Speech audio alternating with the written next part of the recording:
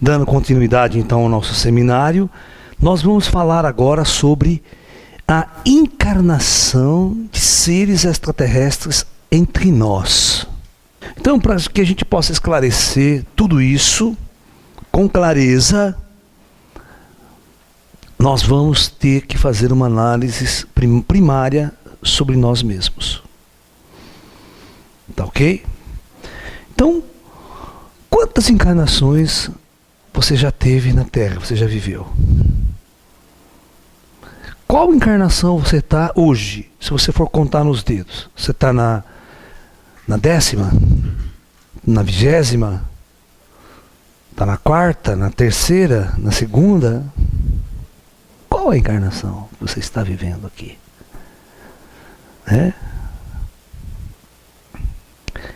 Então, é muito fácil, quando a gente começa a pensar dessa forma, nós temos que pensar na nossa primeira encarnação aqui na Terra.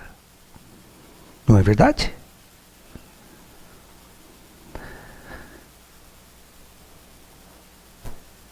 Na primeira encarnação sua na Terra, neste projeto, Terra nesse planeta, você teve que vir de algum lugar. Você chegou pela primeira vez aqui na Terra, parou no plano astral e preparou a sua primeira encarnação. Então, antes dessa primeira encarnação, o que você era? O que você era? Fala para mim. Um ser, uma alma extraterrestre.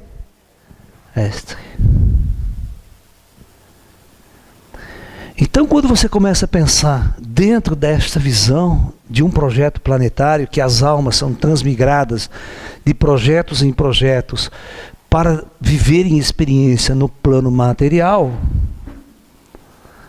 então nós vamos considerar que nossa alma é uma entidade extraterrestre. E eu vou fazer uma segunda pergunta interessante para vocês raciocinarem, porque o papel do professor é provocar no aluno o raciocínio, o questionamento. Eu vou perguntar, qual era o seu rosto, aquele que você tinha antes da primeira encarnação na Terra? Como é que era a sua cara? Se você era um extraterrestre,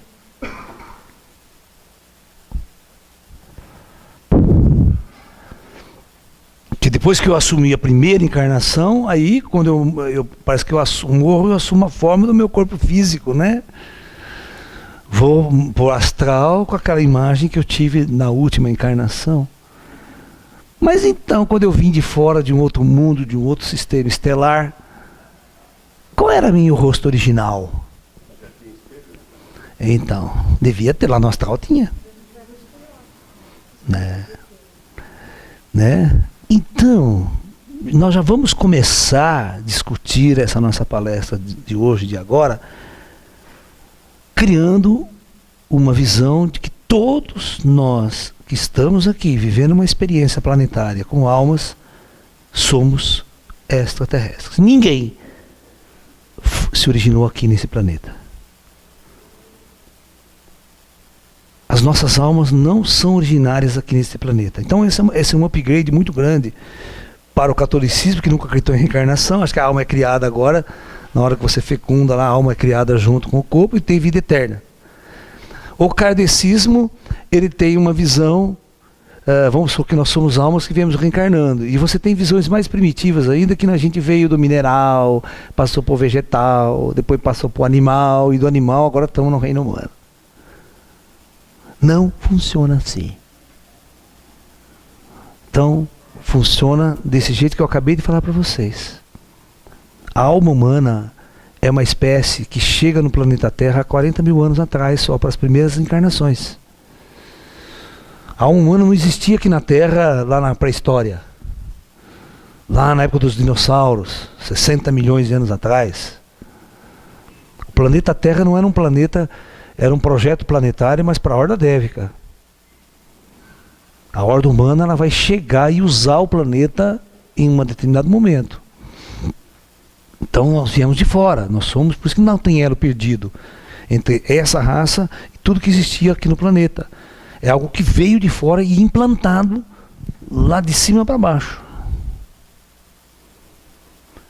Tá? Por isso que todas as nossas tradições falam de um Deus, de um Criador do nosso ser, do nosso corpo, da nossa alma. Certo?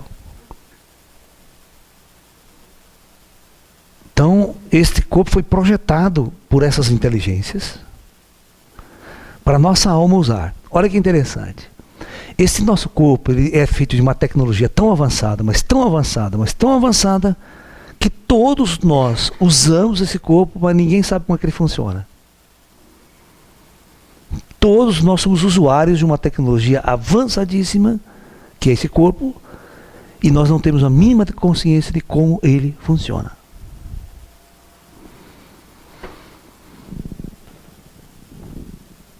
Vocês podem notar que você pega na antiguidade lá, antes dos caras conhecerem a anatomia, antes de conhecer nada, né?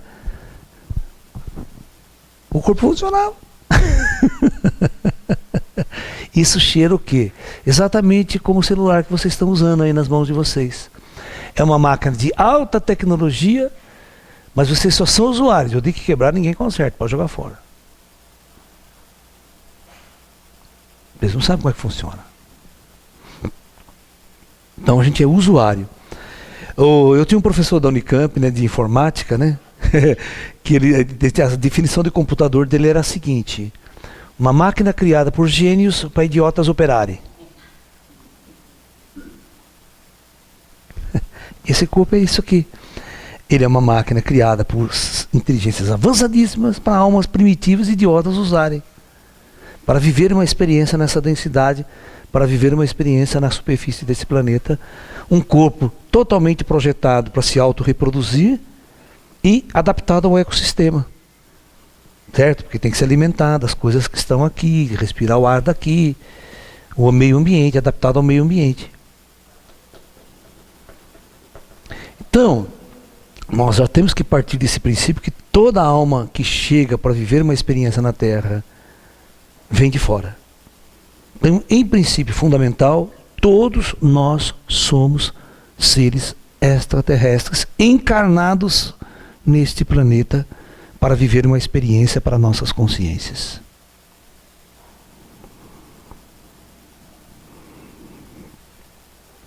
Da mesma forma que eu conduzi o nosso bate-papo de ontem sobre as crianças índigos, sobre as almas projetadas especialmente para fazer grandes revoluções, não é? Então, os nossos mentores maiores, o comando planetário, né, ele vai criar, então,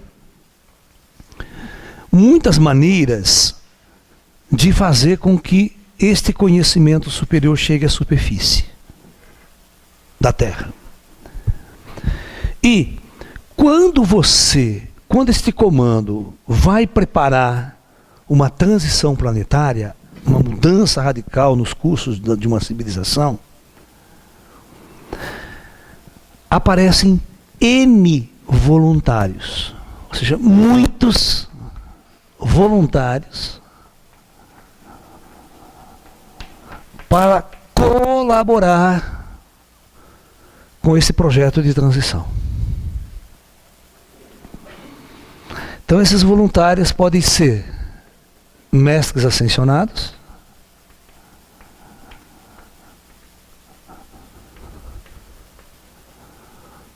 né?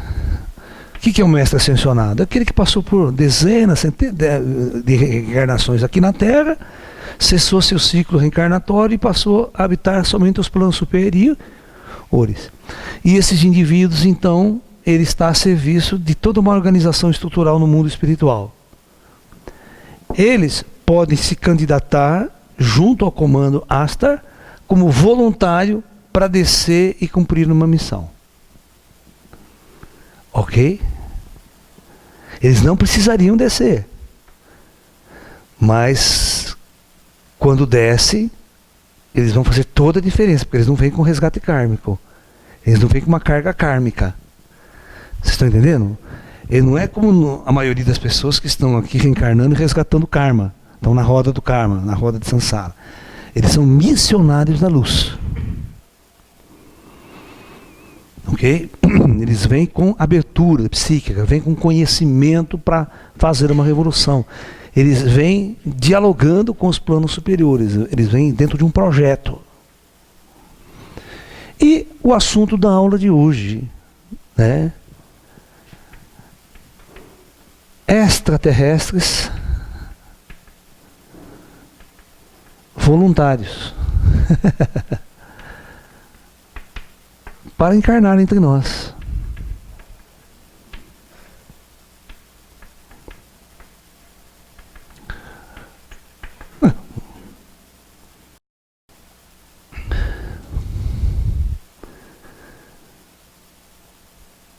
E agora? E esse extraterrestre que vai encarnar pode ter várias características, né? Primeiro nós temos que saber qual que é a missão dele.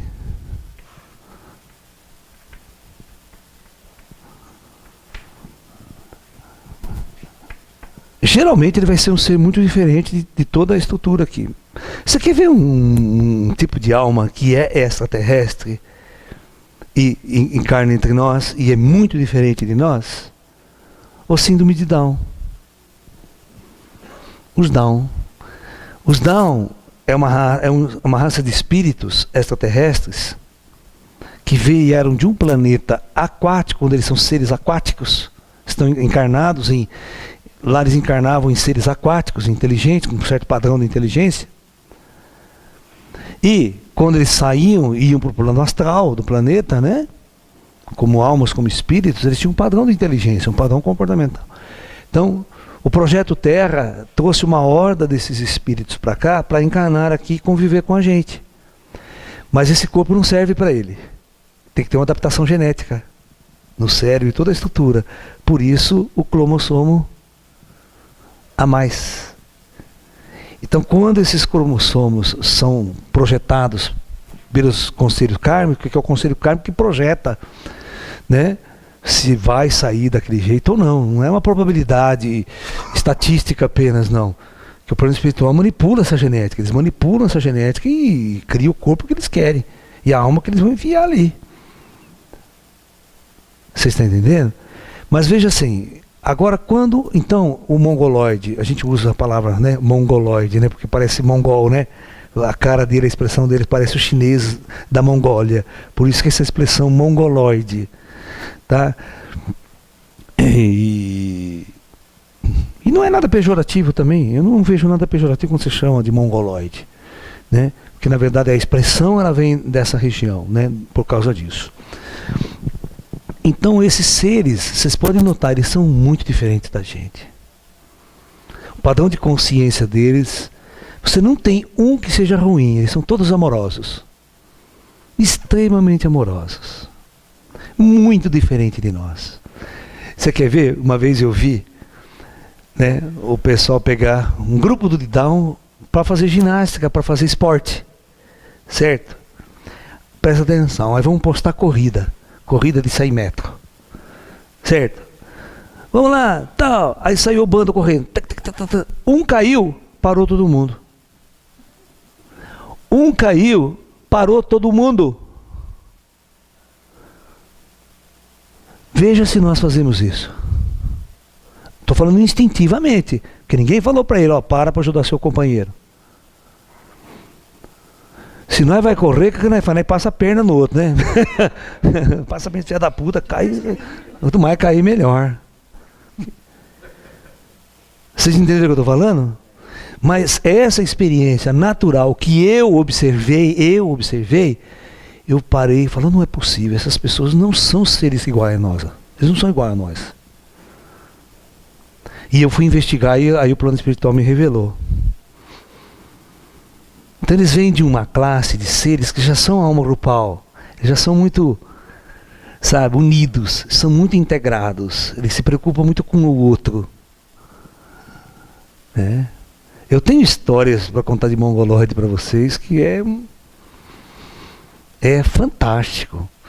Tem um menino que ele é vivo até hoje aqui em Limeira. Ele tinha 15, 16 anos de idade. Ele com o pai dele, ele adorava ir no meu grupo de ufologia. Adorava ir no grupo de ufologia, que todo sábado eu reunia um grupo de ufologia em Limeira aqui, né?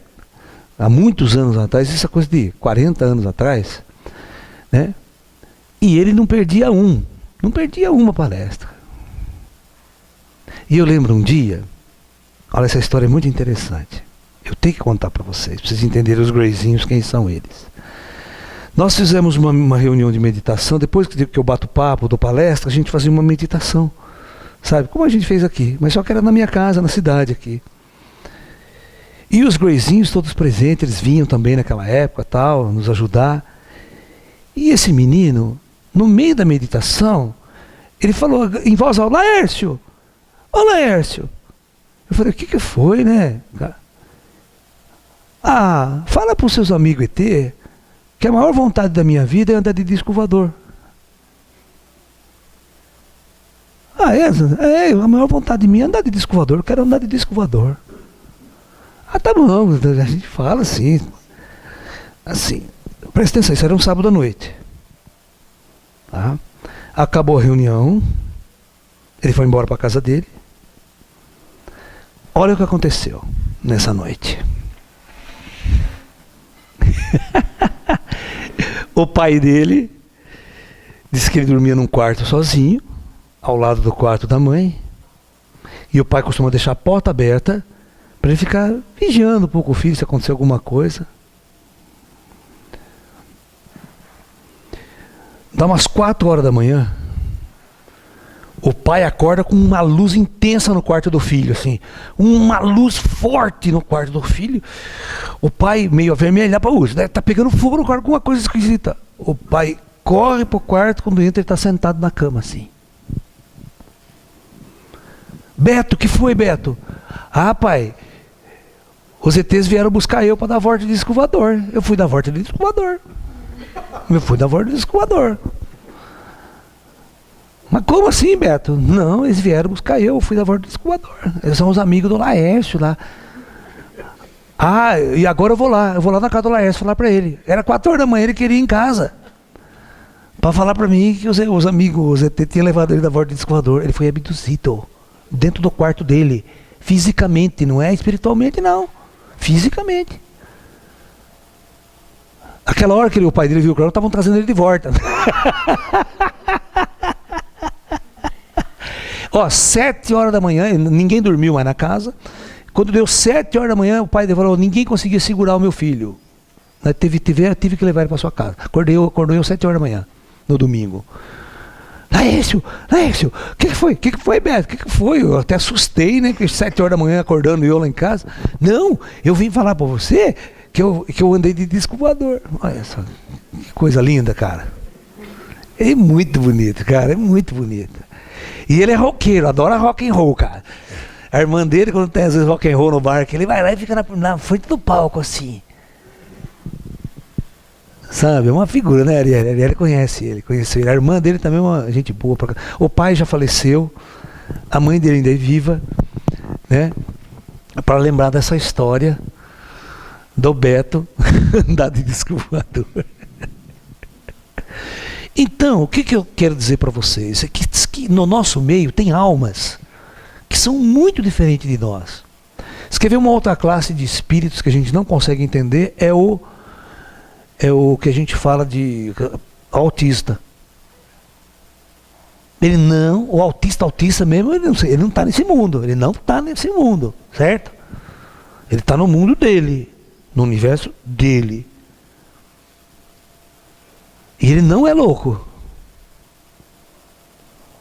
Ao contrário, ele pode ter capacidades incríveis, fazer umas coisas que nós não conseguimos fazer. A mente dele opera de um jeito diferente da nossa. E o padrão de experiência que ele está tendo aqui é dele, é único dele. E a psicologia não sabe explicar, a ciência nossa não sabe explicar. Só por diferença de manifestação de almas mesmo entre nós. Entendeu? Então, eu estou dizendo para vocês que o extraterrestre encarna Comumente, então, às vezes, existem muitos seres, olha só, hoje, se nós fizermos uma pesquisa retroativa da ficha do cara, sabia que tem muitas almas que é a primeira encarnação na Terra? A primeira encarnação está na primeira. É por isso que muitos se sentem reptiliano, se sentem não sei o quê, sabe? Não se encaixa direito na nossa sociedade. Mas não são espíritos missionários. Você está entendendo? Espírito que veio aqui para fazer uma revolução. Ou vem de uma puta mega sabedoria. Mas se ele está na primeira encarnação, o que ele se sente que ele é? Extraterrestre. Então é uma forma de você entender que tem extraterrestre encarnado entre nós. Dessa visão que antes dessa ele era um ET. Mas isso não significa que ele é um ET mega evoluído, mega ascensionado. Vocês entenderam o que eu quero dizer?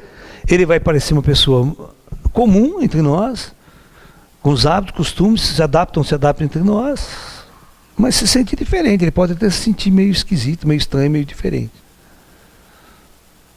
Né? Nós temos pessoas, né, se você procurar na mídia, que jura de pé junto que é uma reencarnação de um reptiliano. Vários. Não é só um. Tá? Mas é diferente de um ET avançado, como um ascensionado avançado, que pede para colaborar com o Projeto Terra e desce numa missão. Existem várias discussões, quer ver? Existem várias discussões dizendo o seguinte: Jesus, um extraterrestre entre nós. Já ouviram falar? Tem livros sobre isso. Né? Tem livros. Até esse pessoal aqui no Brasil do Grupo Rama, né? Ele escreveu um livro com esse título. Foi no Jô Soares, tudo. O Charlie Paswell, né? Que tinha o Grupo Rama aqui no Brasil, tal. Ele tem o primeiro livro dele, chama Semeadores de Vida. Depois o segundo livro que ele escreve é Jesus, um extraterrestre na Galileia. E os alienígenas do passado, aquele seriado que tem no History, várias vezes eles vão criar essa percepção de que os extraterrestres, eles se manifestavam entre nós na antiguidade como humanos. E interferiam na sociedade. Então hoje, no século XX, nessa metade, eu sei uma coisa interessante. Na década de 60, você montava uma palestra de ufologia, você montava um seminário, o ET vinha e sentava na palestra, fisicamente.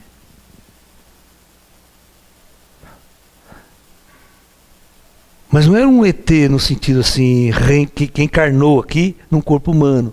Não, ele era ET mesmo. Ele saiu da nave lá, largou a nave lá, botou uma roupa comum como a nossa e veio e sentou aqui para assistir a palestra. Se infiltrou. Aí é o ET infiltrado. Vamos pegar a diferença, né? Um ET infiltrado.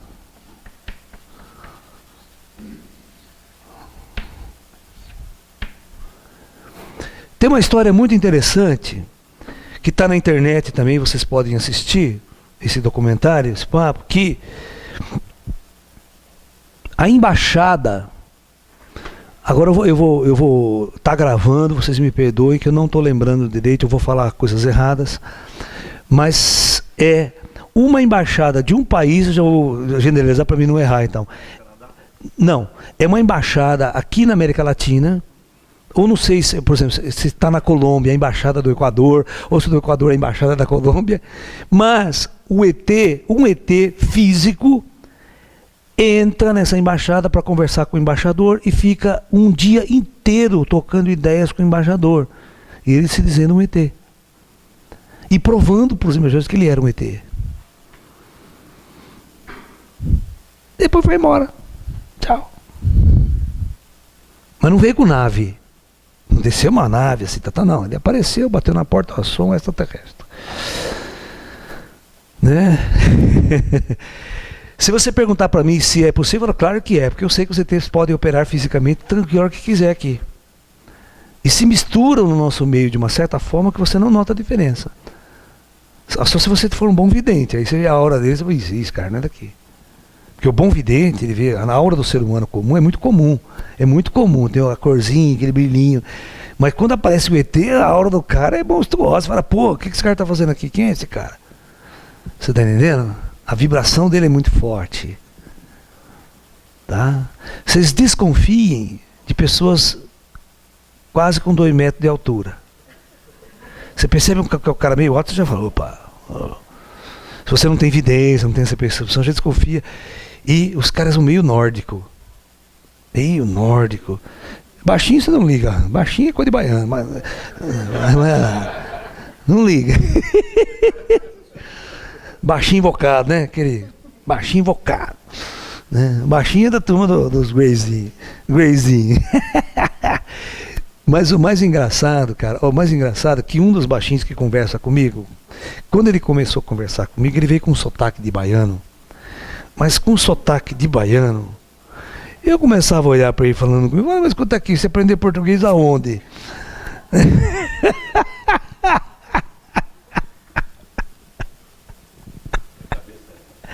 Chata, né? Aí ele dava risada, ele falou assim, né? Eu falei assim, eu posso falar de qualquer jeito, ele mudava o jeito de falar. Mas ele falou assim, eu falei desse jeito porque eu achava que desse jeito eu ia agradar. Ia ser mais popular. Ele é uma figura. Muito engraçado, muito engraçado. Onde eu estava mesmo? Ah, no ET infiltrado. Então quando você perceber isso, você já desconfia. Tá? Desconfia. Eles pararam de fazer isso, tá? Mas eles faziam na década de 60, 70 e até o começo de 80, eles faziam isso. Eles andavam entre nós. Fisicamente. Entrava em Congresso Internacional de Ufologia, sentava lá na plateia e ficava assistindo. Né? Você tem que desconfiar. Se você pedir SIC RG dele, não vai ter. Vai ter o SIC intergaláctico. Né? Então, e esses caras, você não sabia até que ponto ele criava uma intervenção, ele fazia uma intervenção. Mas nós sabíamos que a intervenção desses infiltrados era por um motivo, eles queriam impedir a guerra nuclear na década de 60. Então por isso que esse período teve um pico de ufologia, os ETs interviram, fisicamente eles se misturavam e pegavam laranjas para fazer essa experiência. Por exemplo, tem um caso aqui no Brasil muito famoso, tem um escritor, vocês procurem na internet com esse nome aqui, Dino Kraspedon, um negócio assim, ó. Kraspedon. Esse cara morava em São Paulo, na Praça da República. Tá? São Paulo, na Praça da República. E um belo dia ele foi fazer uma viagem para Minas, né, para Minas, e na estrada o carro dele morre. E uma luz seguindo, que uma luz vem, aumenta e desce e pousa no pasto uma nave. E desce 2 ETs dessa nave, humanos, bonitos, com macacão, tal, certo? E vem trocar umas ideias com ele. E bate um papo, fica 1 hora batendo papo com ele ali, certo? Perto da nave e tal.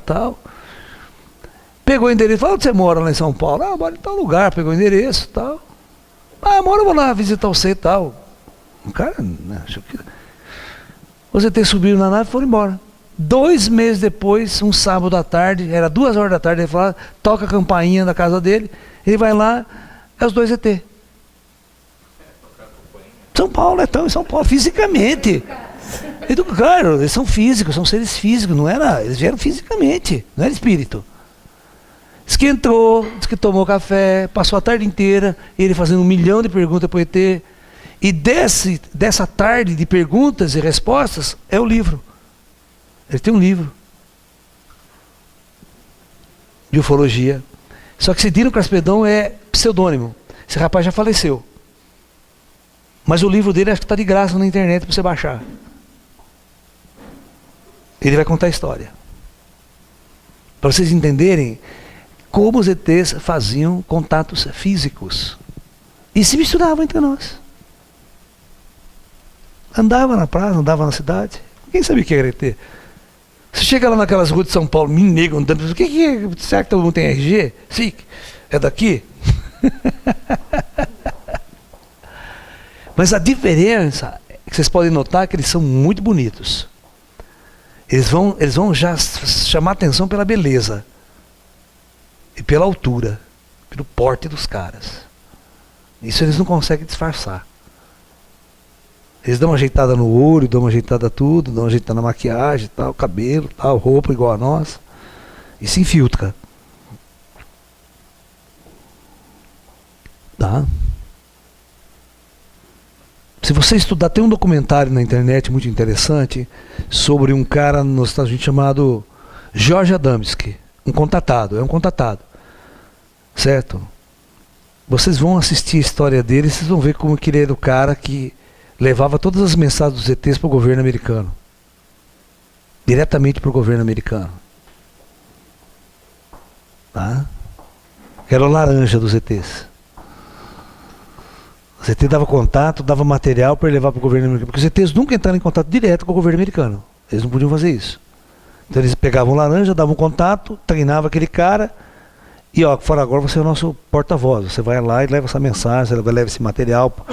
E os americanos se convenceram que ele era os ETs, eles sabem toda a estrutura governamental, sabe que os ETs existem, o descovador existe, que estão aí. Certo? É o seguinte, esse George Adamski era o único cara que tinha um crachá, presta atenção, que podia, a hora que ele quisesse, entrar em qualquer área do Pentágono, e a qualquer hora ele podia entrar e falar com o presidente da República. Sem marcar hora. Ninguém tinha esse crachá nos Estados Unidos, só ele. Pra você entender que nível de autoridade esse cara atingiu por causa dos ETs.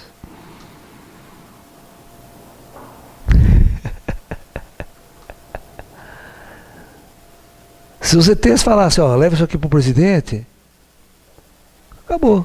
Ele chegava lá, o presidente podia ter qualquer reunião, parava a reunião para atender ele. Porque os caras sabiam quem era o cara e a importância dele no contexto geral da coisa.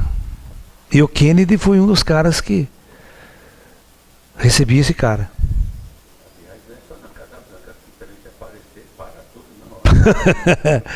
É só que ninguém sabe, entendeu? Era uma coisa assim meio sutil, meio, né? Bom, e agora, né, vamos entender esse aspecto do extraterrestre encarnado entre nós como um grande ser, como um grande missionário. Tá? Então veja bem, hoje é possível, né? É possível que alguns seres extraterrestres encarnem com uma missão de fazer uma revolução profunda e preparar um mega contato. Porque esse ser, ele não vai ser um indivíduo comum. Ele pode ficar escondido durante muito tempo. Não se manifestar, não mostrar a sua capacidade, até que o comando dispare a ordem de ele preparar a humanidade para esse encontro, para esse contato. Vocês estão entendendo? Porque ele não conseguiria, né, encarar as autoridades de frente, ele seria perseguido, sabe? Porque ele é uma ameaça para o sistema ideológico, sistema religioso, sistema político e tal. Então ele tem que trabalhar na surdina, ele tem que trabalhar escondido. Até o momento que ele receba a ordem do alto para se manifestar, porque daí ele tem um amparo dos ETs, né? Aí é o tipo do cara que ele desaparece, some, ninguém acha ele. Ele não é uma pessoa comum, ele não é comum, ele é um ET entre nós, mas um ET avançado.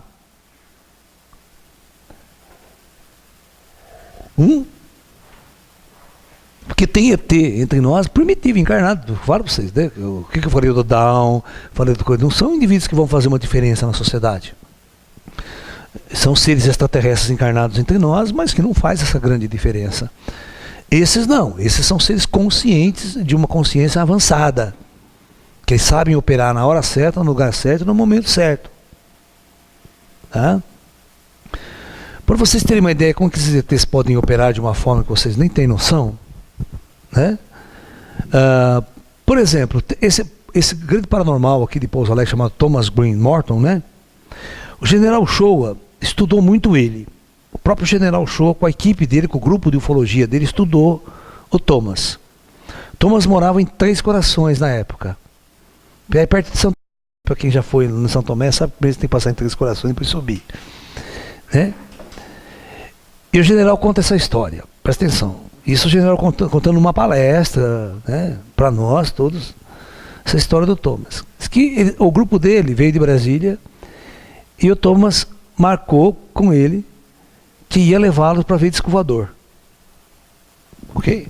No campo. Então quando deu mais ou menos umas 4 horas da tarde, eles fizeram um comboio de carro e o Thomas foi na frente com a fusqueta dele. Certo, mas isso lá na década de 80, coisa lá atrás, entendeu? Faz tempo isso. Né? E a turma foi indo. Atrás, um monte de carro atrás, e o Thomas com a fusqueta na frente, estrada de terra, e desce para cá, desce aquele poeirão que levantava. De repente, o Thomas fez uma curva na frente, sumiu com o Fusca. Sumiu com o Fusca. Fisicamente, o general acelerando, Thomas, mas cadê o Thomas? O Thomas não esperou nós, pô, o Thomas correu demais. E não achava o Thomas para seguir o Thomas. Então o general parou e falou, pô, o que nós vamos fazer? Vamos esperar, Thomas. Ele vai sentir a nossa falta, vai voltar.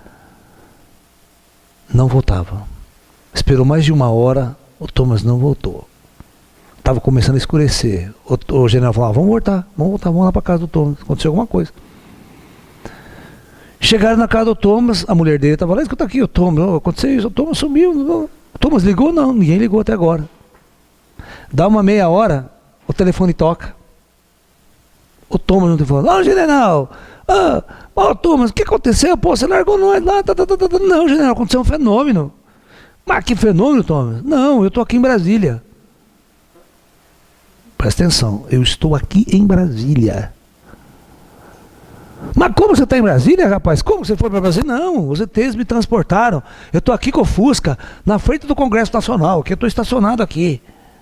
Com o Fusca. Questão de 40 minutos, 1 hora. Vai para Brasília com o Fusca em 1 hora não dá, né? Vocês sabem disso. Demora o dia inteiro para você ir até Brasília com o Fusca. O general Showa não acreditou. Mas não é possível, você está enganado, está querendo tirar sarro da nossa cara. Onde você está? Não, estou aqui na frente do Congresso, assim, tá bom. O general Showa ligou para um amigo dele lá de Brasília e falou, não, é o seguinte, você sai da sua casa, você vai agora aí, lá na porta do Congresso, vê se você acha um Fusca, se saiu o Thomas. O cara foi, o Thomas estava lá. O cara igual o general, o Thomas está aqui, com o Fusca. E agora? E agora? Quem explica? Então, para vocês entenderem que quando essas forças começarem a operar, ninguém segura esses caras. Se o serviço secreto americano quiser fazer qualquer coisa, você some, desaparece. Vocês conhecem um seriado americano chamado Taken? Do Spielberg? O Spielberg que fez o seriado, chama Taken. Não? Vocês assistam, tá? Na internet vocês vão ver de graça. É vários capítulos, tá? No final tem uma menininha que ela é extraterrestre, encarnada entre nós. Você vai ver o que essa menina faz. Você vai ver o que essa menina faz. E o serviço secreto o tempo todo, o serviço secreto querendo captar essa mulher. E prende ela some, desaparece. Não tem canal, agora já passou na Band, passou no RIS, passou na HBO. Primeiro é um especial, a HBO foi que fez. Chama Taken, passou na Bandeirante já, agora você tem que pegar na internet e assistir. Tá? Chama Taken, Taken em inglês significa, né, raptado, abduzido, né, tal, né? E é legal que ele vai contar isso desde a Segunda Guerra Mundial. Olha só, o seriado, ele é longo, né? Então pega o primeiro capítulo, pega na Segunda Guerra Mundial os Foo Fighters, os pilotos que eram abduzidos pelos ETs. E depois colocaram de volta dentro do avião, em voo. E depois, várias gerações, o filho do piloto é abduzido, depois o filho do piloto, até chegar nessa última geração que é a menininha. Essa menininha, puta menininha linda, o poder que essa menina tem é incrível, né? O poder psicológico que ela tem, o poder de sacar as coisas, pequenininha, é como se fosse uma alma ET encarnada. Então ela vai ser... Só que no filme eles constroem uma coisa meio babaca, que os ETs estão fazendo híbridos, entendeu? Híbridos, sabe? Híbridos. E ela é a última geração, né? E ela é tão avançada que no final do filme ela não pode ficar com a gente, né? Ela não pode ficar entre nós. A gente leva ela embora. Nesse dia o serviço secreto americano chega ali, né? Eles querem pegar a menina de qualquer jeito, que a menina é a chave da coisa, né? É o ET, né? O filme inteiro é essa percepção entre o serviço secreto e o pai da menina, e o pai dos contatados, né? Os contatados. Vai ver a sacanagem que os negros faz. E o cara que tem um implante? O cara tem um implante no cérebro. Os caras detectam que tem um implante, né? O serviço secreto chega assim, pô, mas não, nós queremos esse implante é importante. Não, mas o implante está numa área do cérebro que se não for mexer vai matar o cara. Não interessa, mata o filho da puta e tira o implante para mim. Assim. Você vê como é que o serviço secreto agia. E matava o cara. Lá matava o cara, abria o cérebro dele, catava o chip para os caras estudarem. Não queria saber. Né? Esse seriado vai mostrar isso. Portanto, se você tiver um chip aí, não fala pra ninguém, viu, cara? Você tá perdido. Você não sabe que os caras são capazes para botar a mão nesses equipamentos. Esse seriado vai mostrar o que o serviço secreto americano é capaz para fazer com contatado. Então, a gente precisa... Ainda bem que eu estou no Brasil.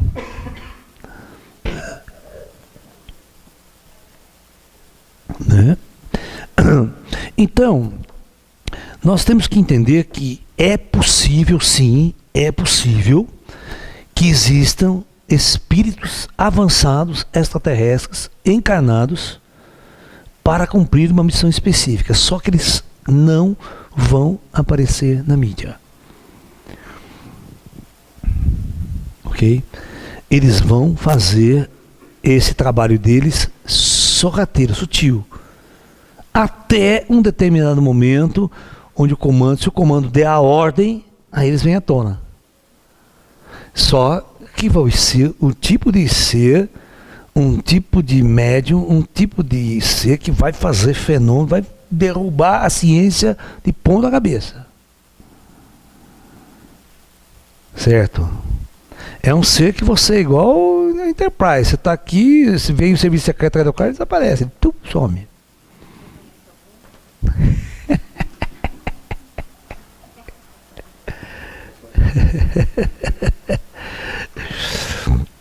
Você está entendendo?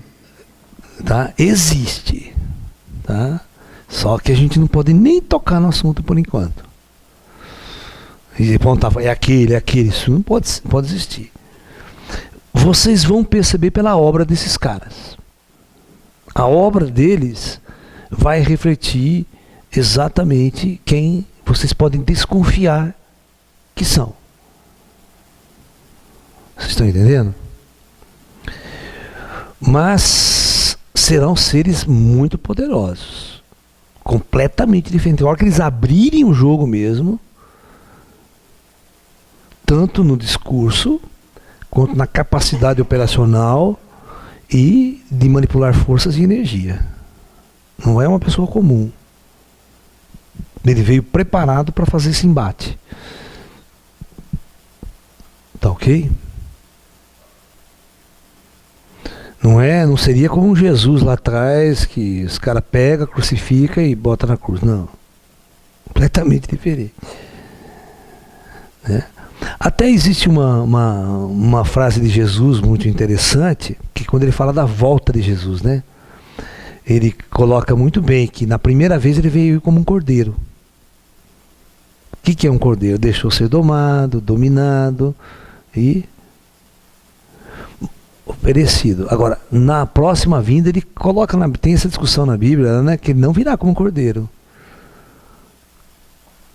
Ele virá dotado de suas 8 qualidades sobrenaturais, tem todo um lance lá, tal, um ser altamente poderoso que ninguém chega perto.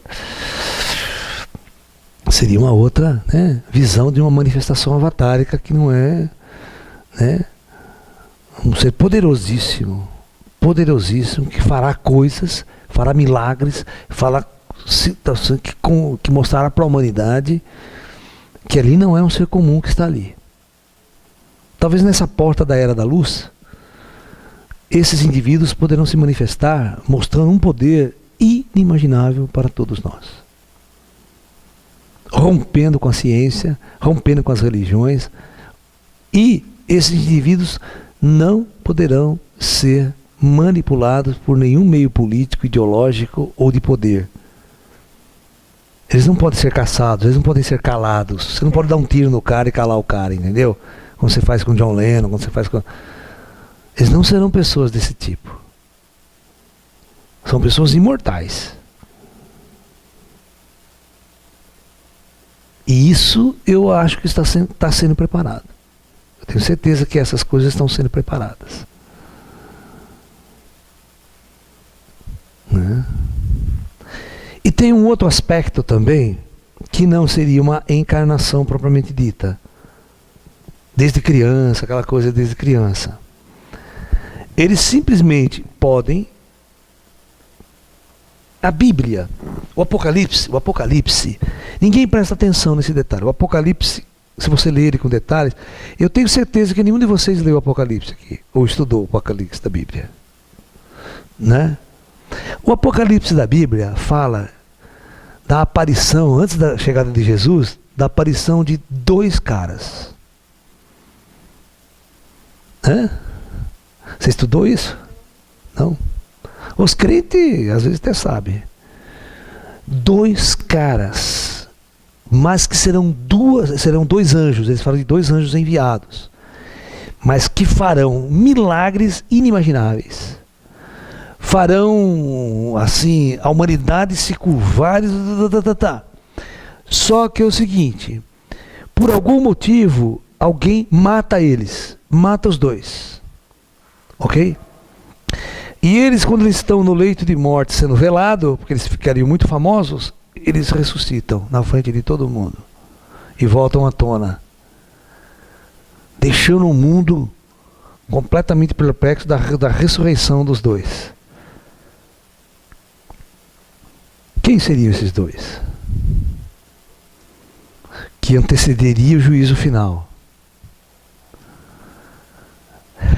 Vocês nunca estudaram isso, né? Está lá no Apocalipse da Bíblia.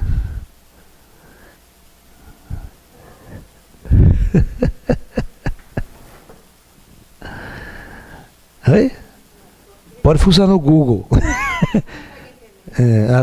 Pesquisa no Google essas 2 figuras, essas 2 entidades que vai aparecer antes da manifestação do Cristo, da volta do Cristo, que eles vão preparar essa volta do Cristo, né?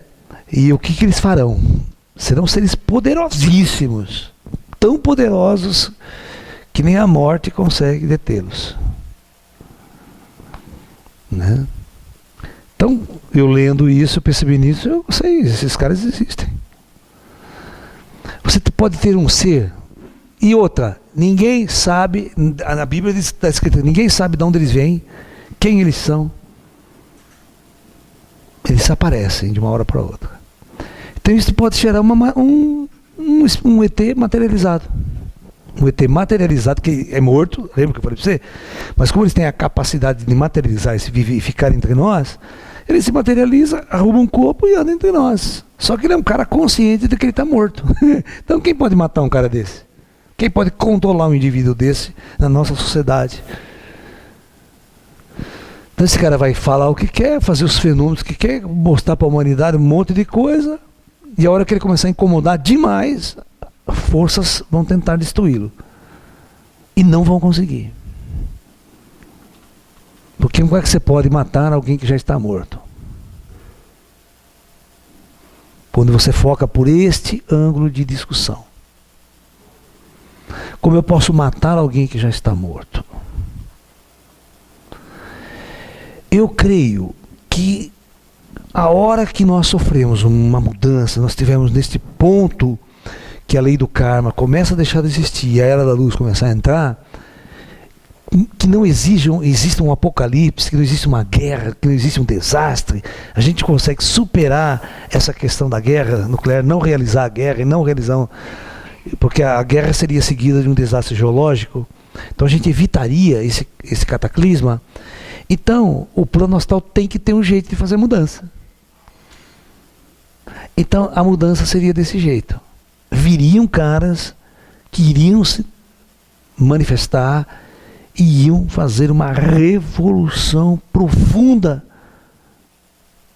na visão de universo, na visão de vida após a morte, na visão de tudo que nós estamos tendo até agora. E que causaria um impacto profundo na ciência. E isso começaria a mudar os paradigmas de nossa civilização de uma maneira intervencionista. Porque isso é uma intervenção para mudar o curso da história. Porque se largar nós aqui, não muda nada, tá? A ciência avança, o cara pisa em Marte, o ser humano, nada muda. O ser humano continua o mesmo, com os mesmos problemas, com os mesmos defeitos. Daqui 50 anos ele está do mesmo jeito, sofrendo dor de corno. Continua a mesma coisa, a mesma ladainha, a mesma forma, as mesmas disputas, os mesmos conflitos no Oriente, as disputas por terra, por dinheiro, material, porque não há uma busca maior, não há um ideal maior. E se você continuar reencarnando almas kármicas, o problema é a alma que você encarna. Se você encarnar uma alma mais lucidez, mais evoluída, o mundo muda. Se você não mudar as almas, você não muda o mundo. Você não muda o mundo por decreto. Não, vou decretar agora que a era da luz chegou e não faz mais nada. Ninguém muda por decreto. É a mesma coisa, vou implantar o comunismo na União Soviética por decreto. Vai. Vai. Você está entendendo? É difícil, as pessoas vão lutar contra, as pessoas vão brigar, vão se matar, vão destruir, é uma guerra. Está me entendendo? Então, isso se torna uma guerra civil. É querer implantar o comunismo no Brasil, né? Aí o cara chega, na hora que o comunismo estiver no auge mesmo, você é dono de uma chácara, os caras chegam aqui, não, isso aqui não é mais seu, pode sair daqui. E aí, como é que você faz? Você pega um fuzil e dá na cara do negro, fala, quem disse que não é meu? Vai me convencer de que não é meu. Você dá um tiro na orelha do cara, isso é guerra civil, isso é luta entre idealistas. A ideologia comunista e a ideologia capitalista. A ideologia capitalista eu tenho direito de propriedade. A propriedade é minha, eu comprei, eu trabalhei, eu consegui. Eu trabalhei, plantei, eu mesmo cultivei. Numa sociedade comunista você não é dono. O Estado é dono. Não tem mais propriedade privada. O Estado é o único dono de qualquer indústria. Você não é dono da sua indústria. Você construiu sua indústria, está lá com o diretor, os negros tiram você de lá. Agora essa indústria não é mais sua, é do Estado. E o meu salário? Não tem mais salário. Você vai viver como todo mundo com aquele salário que o governo dá. E não dá nem dinheiro, você dá ticket. Você vai no mercado, troca esse ticket aqui por meio quilo de alimento, você não tem salário. Esse salário. Você vale refeição. Vai lá, come e vale moradia, sabe? Vale moradia. É engraçado, a China, quando ela implementou o regime comunista, era engraçado que você tinha uma família lá com uma casa com 10 quartos. Morava 5 na casa, mas tem 10 quartos. O governo mandava encher todos os quartos. Com pessoas totalmente estranhas. Vai morar gente aqui. Nós somos donos disso aqui. Você não é mais dono da propriedade. Você vai ter que dividir sua casa. Um monte de gente entrando, saindo de sua casa. Tá? Né? É o espírito comunista. E isso era imposto. Sabe? É uma coisa difícil, é uma transição difícil. Seria até um regime ideal se todas as pessoas fossem humanizadas, espiritualizadas, equilibradas, né? Não tem problema se dividir, né? Tal. Mas vem um cara que você nunca viu mais, que começa a dar uma puta encrenca dentro da casa, aquela puta confusão, os hábitos diferentes, costumes, ideologia. Só dá encrenca, né? Óbvio. Vai dar conflito, guerra. Um vai matar o outro. Né? Então todas as guerras civis que existiram em países para implantar-se o comunismo, ele foi sanguinário. Foi altamente sanguinário. Tá? Foi imposto na bala, foi imposto na força. Cuba, Fidel teve que matar todos os opositores para poder impor o regime comunista. Por isso que os Estados Unidos ficou inimigo de Cuba o tempo todo, né? Porque o expansionismo de um ideal contra o ideal capitalista. Né? Bom, então, só por causa disso eu estou mostrando para você que se vier uma inteligência avançada querer intervir e mostrar novos ideais, nova ideologia, vai dar zebra. Pela imposição direta vai dar zebra. Sabe, você dispara uma guerra civil. Por isso que as coisas não podem ser por imposição, ela tem que ser discutida, mostrada para a sociedade, mudança de paradigma, uma nova consciência, de uma forma gradativa, de uma forma harmônica. Senão ela cria o conflito, ela gera a guerra. Né? Você quer ver que uma coisa interessante? Tem um filme muito interessante, para assistir, ele é antigo.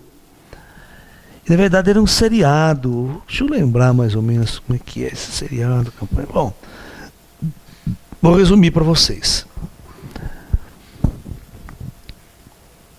Esse seriado, ele se passa após o planeta Terra ter vivido um holocausto nuclear. Sabe? Ok? Aí tem uns sobreviventes. Eles andam num carro, eles ficam andando, de repente eles chegam numa região, uma coisa, eles acham uma porta subterrânea, entra lá, sabe? E tem 2 ou 3 caras lá, cientistas, né? E eles descobrem que eram cientistas que estavam trabalhando depois da guerra nuclear, eles começam a trabalhar, né, numa máquina, né, do tempo. Só que eles perceberam, esses cientistas, que essa máquina do tempo já tinha sido feita antes da guerra nuclear. E esses cientistas estavam trabalhando antes da guerra nuclear a produzir uma máquina do tempo, para se viajar no tempo. Aí o que aconteceu?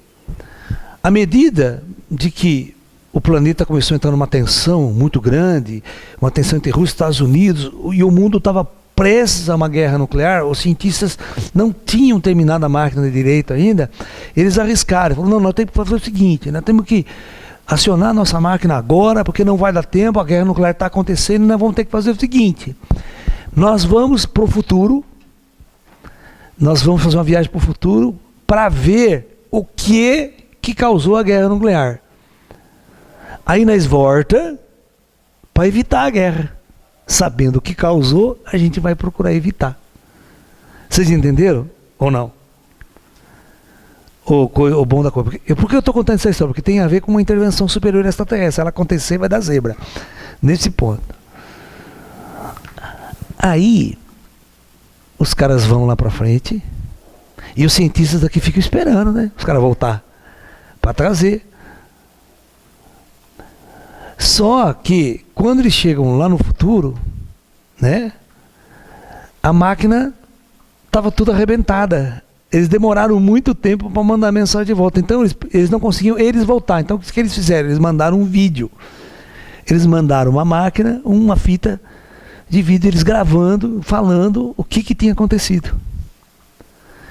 Quando os cientistas daqui recebem, eles descobrem que a causa da guerra nuclear era a máquina que eles tinham acabado de inventar. A máquina do tempo. O serviço secreto inimigo, presta atenção, vamos supor, o serviço secreto russo, detectou que os americanos tinham construído uma máquina do tempo operacional, né? E isso fez com que os russos decidissem imediatamente um ataque nuclear contra os Estados Unidos. Porque essa máquina poderia ser usada como uma arma das mais modernas, voltando para o passado e matando os líderes russos antes do processo comunista subir ao poder. Não lembro.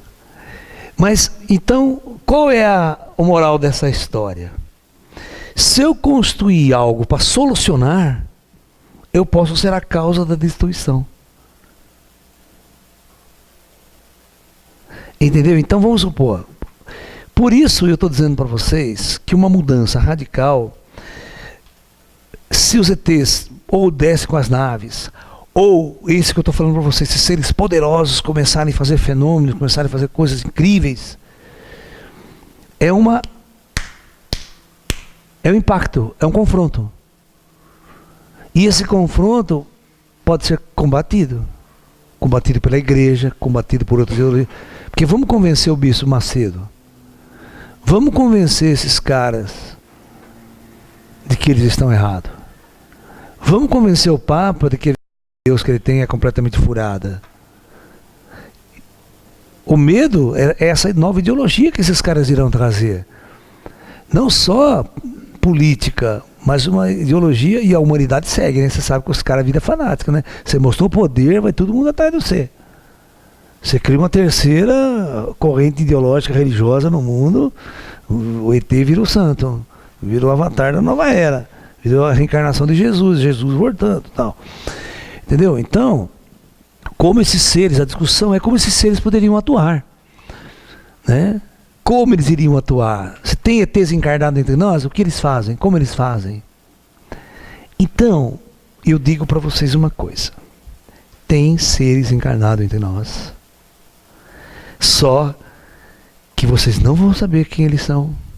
Eles vão trabalhar de forma sutil e invisível até o momento que o comando der a ordem. Porque aí a coisa vai ser disparada de um jeito que a gente... E eu não sei o que vai rolar lá na frente. A gente não sabe como é que vai ser feita a coisa, como é que vai rolar. Por isso é difícil um profeta dizer com exatidão, vai ser assim, vai ser assado, vai ser tal dia, tal hora. Certo? Teve vários médiuns brasileiros, vários cientistas criando essa ideia de uma intervenção extraterrestre e que furou, que não deu certo. Né? Então teve até um médium famoso que em determinado momento, não vou citar nomes, mas ele foi à revista UFO, ele foi na revista UFO e falou o seguinte: parem as prensas, sabe aquela coisa? Parem as prensas que eu tenho a mega notícia do ano. Mas o que foi? Qual que é a notícia? O redator da revista, o Gevaerd na época, né? Falei, parem as prensas que eu, conversando diretamente com a Astar Shera, disse que tal dia, tal hora, o céu vai inundar-se de naves extraterrestres. Todo mundo vai ver, vai ser o dia da intervenção. E, tal dia, 2 bombas atômicas vão explodir no Oriente Médio. Israel, Oriente Médio. Começando uma guerra mundial. E, tal dia, tal hora, Jesus vai voltar. Vai se manifestar e vai se mostrar para o mundo inteiro.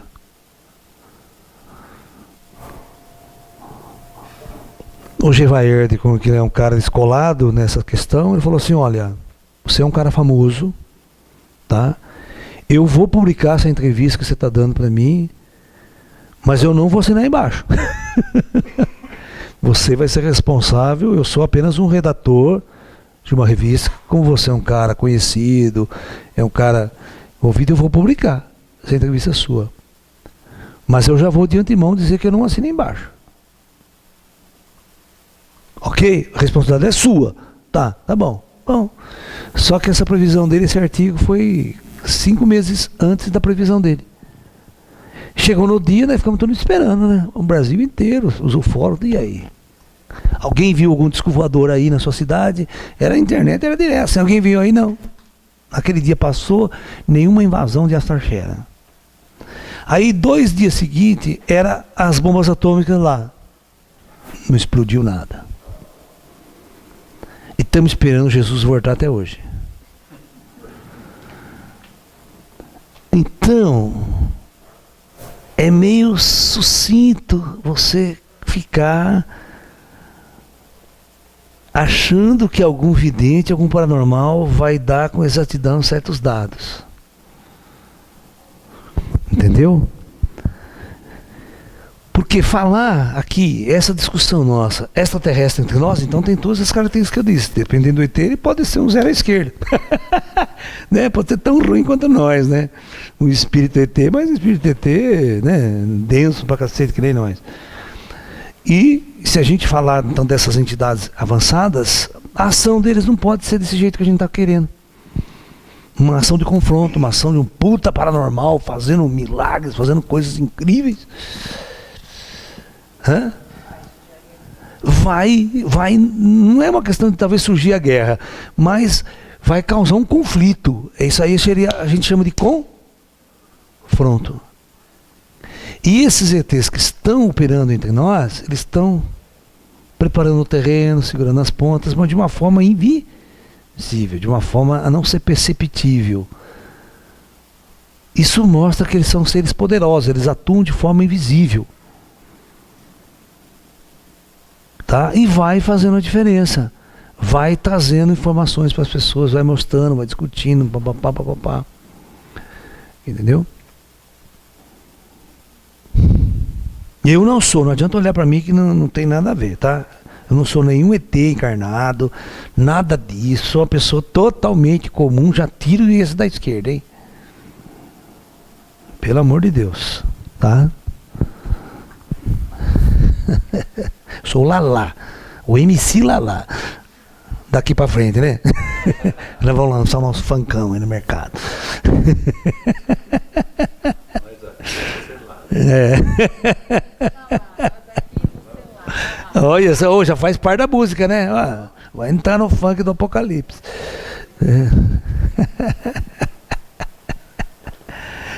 Então, vamos conversar um pouco? Vamos conversar. Pode gravar. Não, pode gravar. Eu falo a pergunta. Faça uma pergunta e esperem que eu vou repetir a pergunta para gravar direitinho isso aí, tá ok? Vamos lá. Pois não, vamos lá. Quando estávamos falando sobre os autistas, Ah. a gente sente muito nas casas espíritas os pais procurando a cura do seu filho autista. Certo. Então ela fez a seguinte pergunta, né, para nós, sobre o autista, que nas casas espíritas ou centro espírita, os pais de crianças autistas procuram muito a cura dessas crianças autistas no centro espírita. E a gente sabe que não tem cura. Não cura, porque não é uma doença. Ok? Você não cura um Down, por exemplo. Não existe cura para o síndrome de Down, porque não é uma doença. Nós não conseguimos mudar a genética do cara toda a estrutura genética. Então, o que tem que se fazer é compreender melhor quem é aquela alma que está ali. E o centro espírita poderia orientar. Olha, essa alma que está aqui é uma alma assim assada, diferenciada, ela não é uma alma comum, portanto, não é uma doença. É uma característica de um ser que está misturado entre nós. E a nossa convivência com esse ser vai nos ensinar muita coisa, e nós também vamos ser úteis para ensinar muita coisa para esse ser, é uma troca.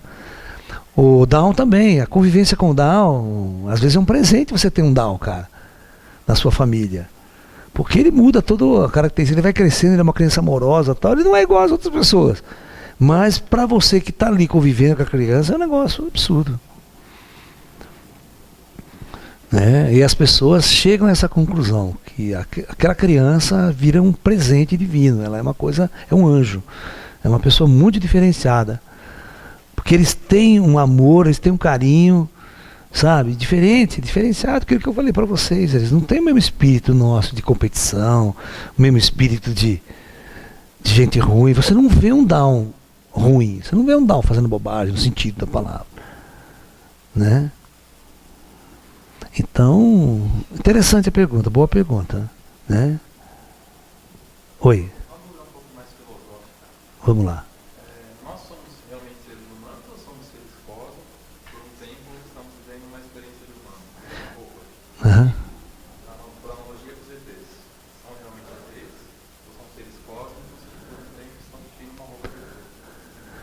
Olha, a pergunta que ele nos fez é: o que nós somos, na verdade? Nós somos seres humanos ou somos almas cósmicas sem rótulos, que estamos vivendo a característica de humanos?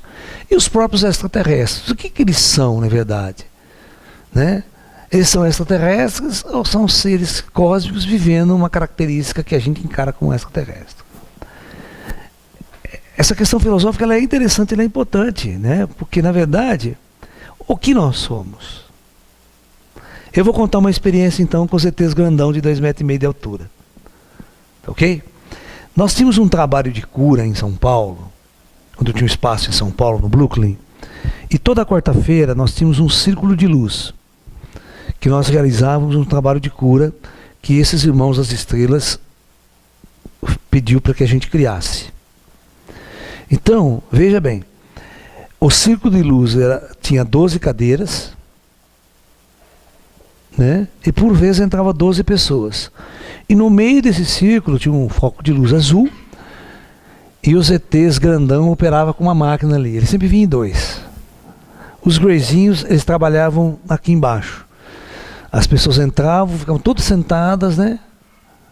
Em meditação profunda, esperando sua vez de entrar no círculo de luz, e os greyzinhos já trabalhavam ali nas pessoas. A máquina era um processo mais avançado, final, que os ETs trabalhavam.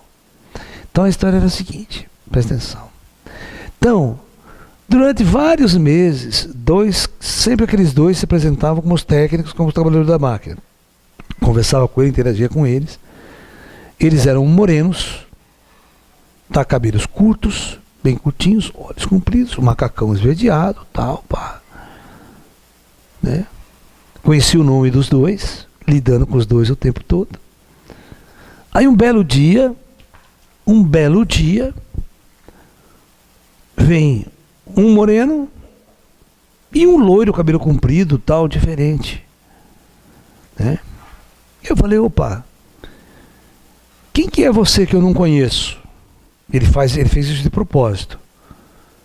Ele falou assim para mim, como? Quem sou eu que você não conhece? Eu sou o Hildit, o mesmo de antes. Não, mas pô, completamente diferente.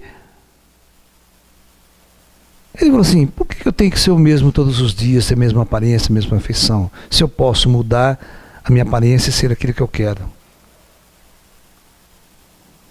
Aí eu fiquei intrigado, falei, mas qual a sua verdadeira aparência então? Porque eu não reconheço você. Sabe o que ele fez para mim? Ele falou assim, você quer ver a minha verdadeira aparência?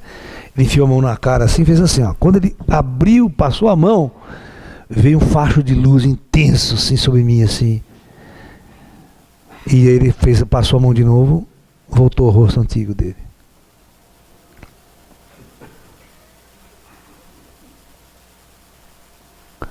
Está respondida a sua pergunta? Então é o seguinte, nós humanos, quando estamos encarnados, ou mesmo nos planos astrais inferiores, nós estamos muito apegados à forma física, ao universo da forma. Mas a consciência nossa, por isso que eu digo para vocês, quando a gente encarna, cada encarnação a gente tem um corpo, tem um rosto diferente.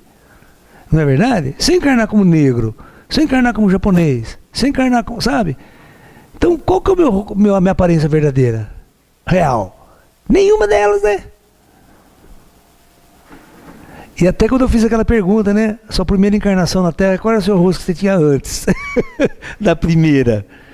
Provavelmente não é humano, é diferente. É um ET, um extraterrestre. Mas as formas físicas, elas são veículos de operação em universos mais densos da matéria. Okay? Quando você está em universos cuja densidade é muito sutil, as formas são completamente maleáveis, elas até perdem o sentido. Né? E você pode ter seres que perderam totalmente a sua individualidade como indivíduos, como persona, e consciências completamente conectadas, criando uma alma grupal, criando uma consciência macro. Por isso que eu falo que o comando Astar não é um imperialismo, não é uma coisa muito grande, é uma coisa muito gigantesca. Né? Vocês estão entendendo o que eu estou falando? Então, quando a gente entrar neste universo maior, as formas perdem o sentido.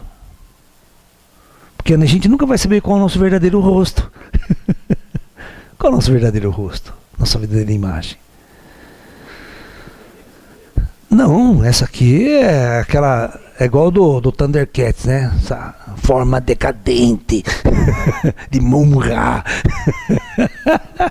Porque a gente vai envelhecendo na puta forma decadente, né, cara? Vai decaindo aquela coisa, ficando tudo torto, velho, galinha. Abandonar isso aqui, cara. Entendeu? Então, a gente tem que ter consciência desse processo, né? Que é o nosso processo. Olá, vamos lá.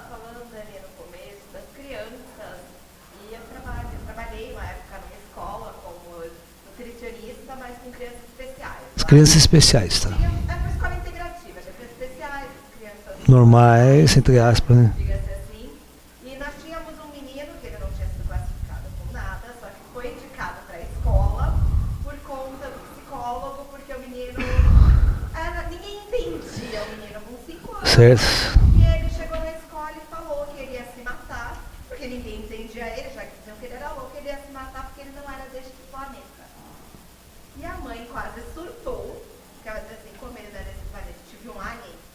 E para você conseguir explicar que a dentro da escola, da casa, certo, tudo, você explicar para a mãe, aquilo foi muito difícil. Certo. E o menino até hoje, tem coisas que a gente não entende, e ele fala, vocês não entendem porque eu não sou daqui. Eu não sou daqui, vocês não vão entender.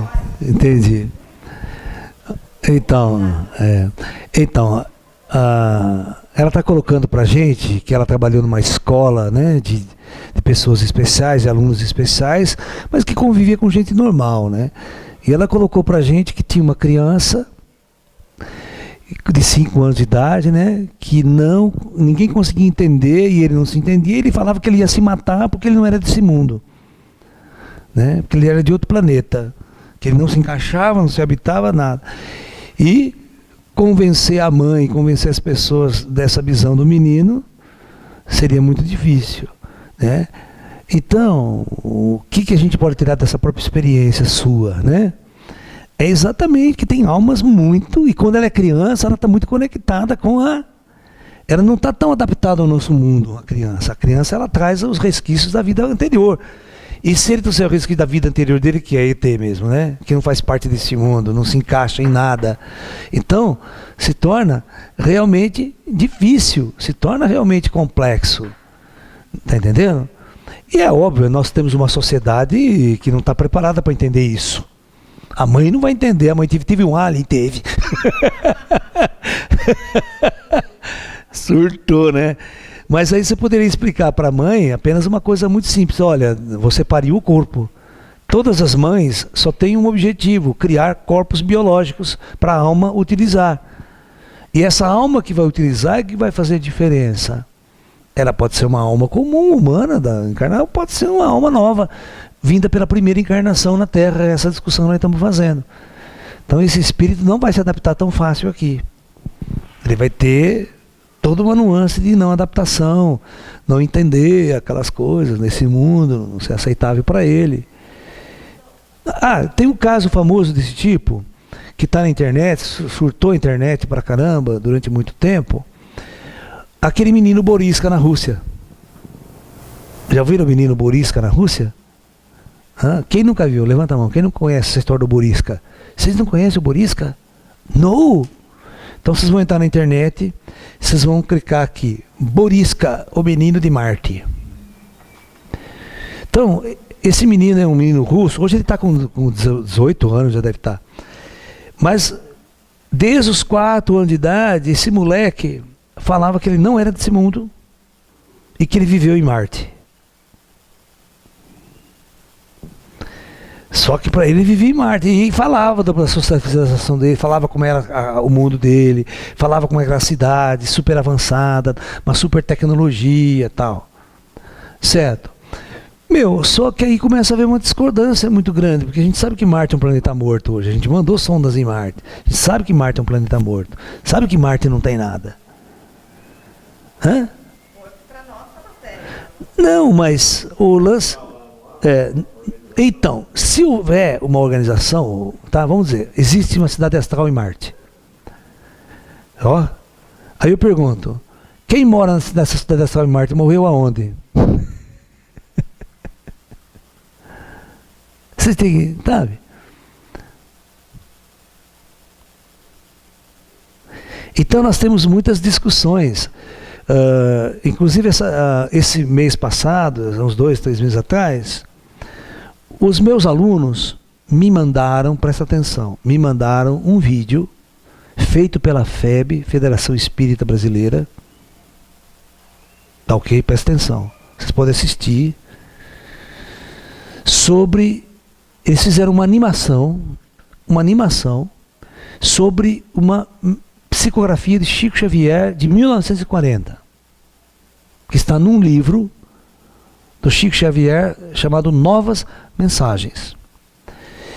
E são vários espíritos que compõem esse livro. E tem um que é a psicografia de Humberto de Campos. O Chico psicografou muito Humberto de Campos, né? Que era um escritor, né? E ele vai contar a história que ele, Humberto de Campos, como mentor espiritual dele, vai fazer uma viagem para Marte. E aí ele chega em Marte, no plano físico marciano, ele vai descrever uma puta de cidade. Os marcianos não enxergam eles. Eles chegam lá como espíritos e os marcianos não os veem.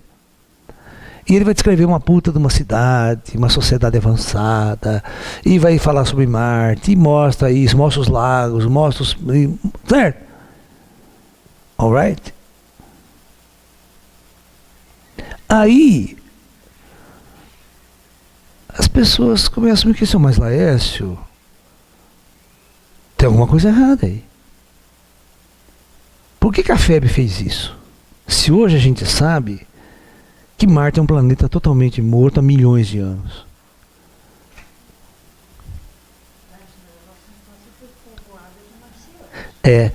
Na verdade, o que? Na década de 40, 1940, era em plena Guerra Mundial, Segunda Guerra Mundial. E vocês têm que entender que durante todo o começo do século XX, as discussões sobre a vida em Marte era uma coisa muito forte. Tem até o H.G. Wells fez aquele livro dele, A Guerra dos Mundos, em 1800 e pouco, né? A ficção científica sobre a vida em Marte, os invasores marcianos. Então, todo mundo tem e os cientistas olhavam para Marte pelo telescópio, via canais, via coisas, tudo levava a crer que tinha uma civilização avançada em Marte. Você tem até o Ramatiz, né, o Ercílio Mais, que psicografa um livro do Ramatiz, A Vida do Planeta Marte, é um livro inteiro, dessa grossura, sobre a vida no planeta Marte, mas vida física, não estou falando de vida astral, não. E essa psicografia do Chico também. Então, os meus alunos começaram a me perguntar, mas Laércio, está tudo errado isso aí, não tem nada lá em Marte, a gente sabe as fotografias, papapá. Quem errou? Tem um erro. Agora, por que a FEB faz isso agora? Pega a coisa mais errada do Chico, porque os médiuns não são perfeitos canalizadores, tem erros, alguém errou ali. Ou o médium captou errado, foi uma intuição da cabeça dele, ou o espírito que fez não sabia nada do que estava falando, falou um monte de bobagem. Há milhões de anos, há mais de 200 milhões de anos que não há nada de vida física em Marte. Marte é um planeta morto. Os cientistas acreditam que poderia ter um período anterior a isso, que poderia ter formas de vida em Marte, poderia ter água, oceano, água líquida, até vida, tá? Mas hoje não, há 200 milhões de anos que isso foi extinção total, devido à perda do campo magnético marciano. Porque o campo magnético é que segura toda a radiação de alta energia que vem do espaço, que vem do Sol. E nenhuma forma de vida consegue sobreviver biológica, do jeito que a gente conhece aqui na Terra, sobre a incidência de raios de alta energia, sobre raio gama, raios ultravioleta, morre tudo. E Marte aconteceu isso, foi extinção. O campo magnético, por algum motivo que é gerado pelo núcleo do planeta, parou, a radiação entrou com tudo. São os escudos que a Terra tem, nós temos um campo magnético forte que segura essa radiação de alta energia, né? Mas então, aquela velha história, quem que está errado? Entra na internet e vocês vão assistir esse vídeo. Acho que vocês clicam lá, FEB, Vida no Planeta Marte. precisam ver essa animação. Entendeu? Então, vocês têm que questionar, não importa porque o médium é famoso, como no caso o próprio Chico Xavier, mas teve erros, teve falhas. Porque uma coisa é você falar numa época que ninguém tinha noção que 50 anos depois nós íamos pousar uma sonda lá e ia varrer o planeta de uma investigação. Não tem civilização, não tem ninguém morando, não, para um deserto total. E o que se fala no vídeo é uma coisa muito duvidosa. Fala, pô, por que os caras falam um negócio desse? Está errado isso. Entendeu? Então eu sou uma pessoa que eu sempre coloquei para os meus alunos que o médium, ele não deve ser guru de ninguém. O médium, ele deve ser um indivíduo a ser pesquisado pelas pessoas. Vocês entenderam o que eu quero falar? Ele tem que ser, eu também, você não deve acreditar na minha mediunidade. Você tem que pesquisar, vocês têm que estudar ela, para você chegar a uma conclusão, para ver se tem lógica, se tem a questão toda. Você está entendendo? Então, as duas grandes situações, o livro do Marcílio Mais está totalmente falho, errado, e essa mensagem psicografada e canalizada através do Chico Xavier. Até que ponto a gente pode confiar no governo americano? Vocês não estão manipulando ali? Ninguém pode confiar em ninguém. Ele perguntou sobre o governo americano, a gente deve confiar. Vocês não podem confiar em ninguém. Vocês não confiam em ninguém. Você está entendendo? Nem pousaram nada em Marte. Mas é difícil, sabe, você gastar bilhões de dólares e tem muita gente envolvido. É muita gente envolvida para isso não vazar. Sabe? Porque o cientista, ele tem um compromisso também com a verdade. Sabe? Tem certos cientistas que falam, pô, não dá pra gente enganar, né? A gente vai se enganar. Eu vou trabalhar a vida inteira para ficar enganado, para enganar as pessoas. Então existe um padrão de consciência também nas pessoas. Sabe? E a gente sabe, por exemplo, tem gente que não acredita como foi na Lua ainda. Sabe? E eu estava vendo uma entrevista hoje do Buzz Aldrin. O Buzz Aldrin esteve no Brasil faz pouco tempo, né, dando uma conferência, né, aqui. O Buzz Aldrin é o segundo a pousar na Lua, porque o Armstrong já morreu, né, recentemente. Então, o Buzz Aldrin é uma figura muito engraçada, né. Ele é bem cômico e tal, gosta de dar risada, de piada e tal. Mas é o cara que pisou na Lua. Porque se o homem não tivesse pisado, a Rússia tinha botado a boca no trombone. Porque era uma corrida entre os dois. Entendeu? Quem chega primeiro na Lua, aquela coisa de domínio do espaço, domínio de uma tecnologia. Isso aí era na época da grande propaganda, né? Do comunismo e a grande propaganda do capitalismo, quem é melhor, né? Porque você estava vendendo isso para o mundo, né? Vendendo o capitalismo e vendendo a ideologia comunista. Por isso que os russos queriam sempre ser os melhores atletas, nas Olimpíadas ganhar tudo, certo? Porque isso era propaganda comunista, cara. Meu país é o melhor, nossos atletas são os melhores, venha pro comunismo que é a melhor coisa que se inventou até agora. Entendeu? É isso que se vendia, e a gente sabe que os russos doparam todo mundo aí, né? Por isso que nas Olimpíadas Brasileiras os atletas russos não puderam participar. Foram todos excluídos, porque o próprio governo russo dopava para a eficiência do atleta, para ter essa propaganda comunista como auge da coisa. Nós somos os melhores do mundo, mas a que custo?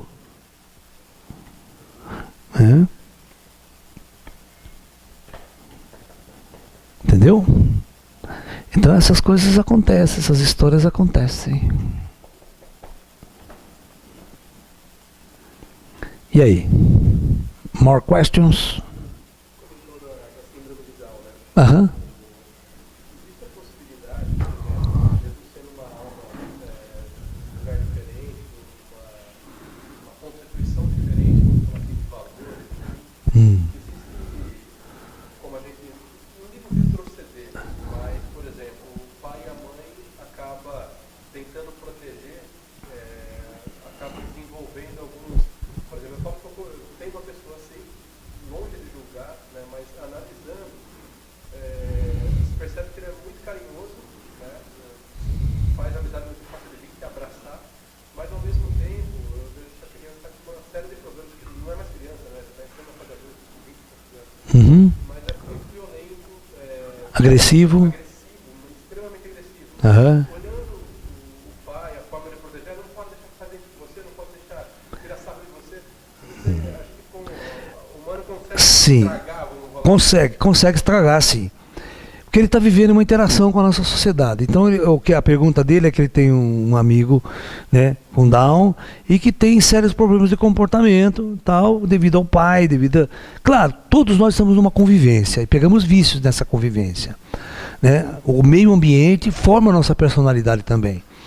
O Down, ele traz as energias retrocessas, né? Mas a gente tem que entender que todos eles não são iguais. Você pode ter um Down mais agressivo, uma energia mais violenta, mas isso é só saber trabalhar. Se a gente souber trabalhar, que ele faz ele gastar energia, praticar um esporte, fazer uma atividade, essa energia agressiva ela vai embora. Até conosco. Se você sentir que você está preso, agressivo, joga essa energia, vai praticar um Kung Fu, mete chute no saco de pancada, joga essa energia ruim fora e você acalma, você trabalha essa agressividade. Né? Até nos animais, sabia? A gente tem psicologia animal para trabalhar com a agressividade de um cachorro, agressividade de um gato. Você sabendo trabalhar, você controla essa agressividade dele. Né? Então é uma questão mesmo de treinar, de educar, certo? De colocar ele, pegar um bom psicólogo e saber jogar essa energia dele, né? Administrar essa energia agressiva dele de um outro jeito, né? Mas que, claro, que não tem como se contaminar, né? O Freud tinha uma frase muito clássica, que ele não tinha essa visão de reencarnação, certo? Então ele dizia assim, para ele, toda criança nasce com a mente vazia e pura. Mas imediatamente é contaminado com a nossa mente da sociedade, com a doença da sociedade. Que é a frustração sexual, que são as repressões sexuais desde a infância. E quando adulto ele é um neurótico total. Então ele vai sendo contaminado com as doenças, com os costumes, né, com a repressão sexual, com tudo isso que é feito. E na fase adulta ele é um doente mental. Né? Não é verdade? Freudiana. Você não é freudiana, né? Não, a de trás, a psicóloga. Gosta bastante. Não, o Freud é legal, ele tem coisas muito legais. Só que ele não foi além. Né? Ele parou num ponto. Né? Então são essas questões assim que a gente tem que entender que o meio faz sim, o meio influencia demais. Né? Os espíritos, eles interagem para que ambos, nós dois, tenhamos uma experiência conjunta. Eles vão se contaminar também. É inevitável isso. É inevitável. É aquela velha história, se você nascer lá no Oriente Médio, na Palestina, com 5 anos de idade, você está com um fuzil na mão. Você está com a AK-47 na mão, sendo treinado. E aí? Não tem jeito, você vai ser contaminado pelo ódio, você vai ser contaminado pela situação toda que está envolvida ali, e você mata judeu sem perguntar. Entendeu? Porque você é contaminado. Né? Ok, então, Arielle?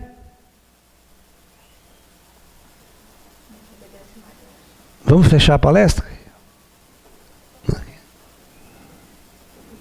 Pode ser pelo bem também, né? Você me lembrou uma frase do Dalai Lama. Se nós ensinássemos meditação para as crianças desde pequenininho, mudaríamos uma geração inteira no planeta e transformaríamos o planeta num reino de paz.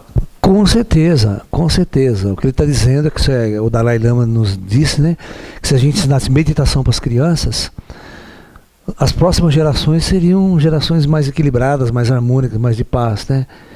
Por isso que eu disse para vocês que o culpado é o professor, né?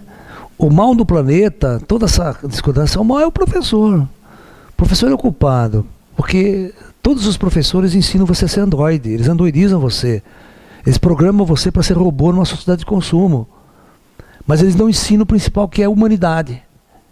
Se eles aprendessem a ensinar a humanidade, espiritualidade, essa coisa toda, o homem seria diferente lá na frente. Né? Então, eu quero fechar esse seminário com a seguinte postura. Nós estamos, sim, diante de grandes mudanças planetárias. Elas já aconteceram muito rápidas, toda essa internet que está aí, toda essa coisa que está aí, começou a mudar o mundo. Você vê, o santo YouTube é uma coisa que está mudando e fazendo uma diferença muito grande na vida das pessoas. Vocês não são mais ser escravos dos meios de comunicação. Por exemplo, antigamente eu tinha que ficar esperando a novela lá, que nem Andói, esperando a novela passar, aquele fim, naquele horário. Hoje não tem mais isso, eu assisto a hora que eu quero. Eu faço a minha programação. Se eu perdi o capítulo novo, interessa, amanhã eu assisto. Não é? Você entra na internet, assiste o capítulo de ontem e tal, tá tudo ali. Não é verdade? Então, o que significa isso? Significa que eu tenho, o meu tempo não é manipulado mais. As emissoras não manipulam mais o meu dia, meu horário, minha hora. Seleciona a informação que você quer. Isso. Eu seleciono a informação que eu quero, a hora que eu quero, do jeito que eu quero. Sem propaganda para me encher o saco. Né? Que o bom da internet é que não tem propaganda. Você assistir o History Channel é a pior coisa do mundo. Alguém já assistiu o History Channel? É 4 minutos de programa e 50 de propaganda. Daí, pô, enche o saco, cara, aquela merda. Eu tô pagando TV a cabo e os caras ainda ficam enfiando eu de propaganda. Vai merda. Teríamos que fazer um movimento. Ó, você passa tudo de uma vez essa merda aí e dá propaganda depois. Eu sou obrigado a ficar engolindo essa propaganda de vocês. Né, que os caras tentam enfiar essa mídia goela abaixo da gente. A internet já mudou isso, né? Porque eu vou na internet, vou assistir o documentário do History Channel, cortamos toda a propaganda, então assisti o time inteiro. Entende? Então, nós estamos vivendo um momento de grandes mudanças e coisas maravilhosas acontecendo, que vai enriquecer a humanidade daqui para frente. A informática é uma ferramenta que está mudando o mundo. Tá? Hã? Diga. Se o prédio cai, a culpa é dos pedreiros. Pode até ser, se construir errado. Ou não é dos professores. Porque se tivesse lá no plano de estudo a gente aplicar essa matéria para os alunos, a gente aplicaria, mas a Secretaria de Educação não coloca isso para a gente. Claro, eu sei disso. Sistema.